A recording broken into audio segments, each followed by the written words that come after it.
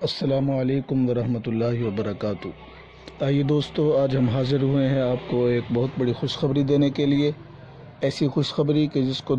سننے کے لیے اہل سنت والجماعت کے نوجوان ہر وقت بےتاب رہتے ہیں کہ اس طرح کی کوئی خوشخبری ہمیں آ کر سنائے۔ چلیے چلتے ہیں کہ وہ خوشخبری کیا ہے۔ خوشخبری یہ کہ جھنگ کے دو شہزادے ابن جرنیل مولانا معاویہ اعظم صاحب اور اسی طرح علامہ جھنگوی شہید رحمۃ اللہ علیہ کے فرزند ارجمند مولانا مسرور نواز جھنگوی صاحب، ان کی مسلسل ملاقاتیں جاری ہیں۔ ان ملاقات سے یہ معلوم ہوتا ہے کہ حضرات کی صلح بالکل قریب ہے، اور وہ صرف صلح انہی کی نہیں بلکہ جماعت کی صلح ان حضرات پر موقوف رہے گی، اس لیے کہ ان حضرات کے ملنے کی جو صورتحال ہے، پروگراموں پر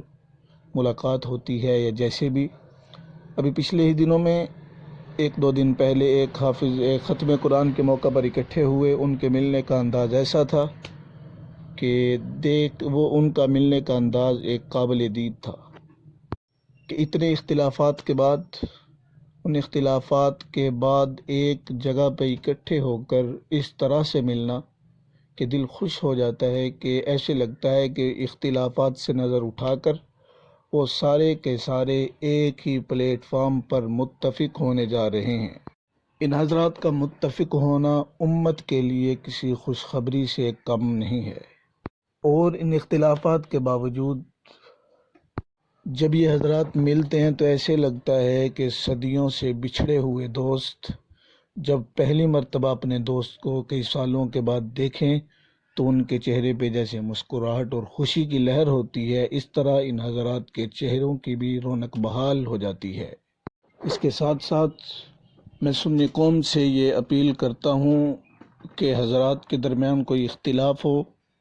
یا کوئی اختلاف رائے ہو، چاہے وہ مخالفت تک کیوں نہ بڑھ جائے، اس میں کارکنان اور محبین کو اپنی زبان، اپنے دماغ اور دل پر کنٹرول رکھنا بالکل ضروری ہے، اس لیے کہ اللہ رب العزت نے ہمیں جو قائدین دیے ہیں، ایسی قیادت دنیا کی کسی بھی جماعت کے پاس اس طرح کی قیادت نہیں ہے۔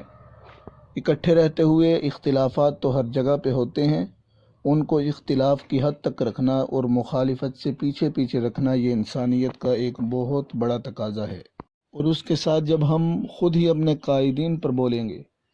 تو باطل کو اس سے قوت ملے گی کہ ان کے آپس میں تعلقات ہی ٹھیک نہیں، ہمارا مقابلہ کس طریقے سے کریں گے۔ بس یہی عزم لے کے چلیں کہ ہم انشاءاللہ ایک ہی پلیٹ فارم سے اکٹھے ہو کر باطل کو منہ توڑ جواب دیں گے، ایسا جواب کہ جس سے باطل یہ سوچنے پر مجبور ہو جائے گا کہ آیا کہاں سے ہے، اور وہ یہی سوچتے رہیں گے۔ اور دوسری بات یہ کہ ان کے درمیان اختلاف ہو، جو کچھ بھی ہو، ہمارے لیے وہ ایک قائد کی حیثیت رکھتے ہیں۔ اختلاف رائے ان کا ہوتا ہے آپس میں، ہمارے ساتھ ان کا کوئی اختلاف نہیں ہوتا۔ خدا را برائے کرم قائدین کو قائدین ہی سمجھیں، ان کی عزت کو اتنا کم کرنا یا کسی کی عزت کو اتنا بڑھا دینا جس سے دوسرے کی عزت میں خلل پیدا ہو، کمی واقع ہو، یا اس کے محبین اور ماننے والے، اس کے دوست احباب، عزیز و اقارب کی دل جس بات سے ٹوٹ جائیں، دل دکھے، اس طرح کی باتوں سے بچیں۔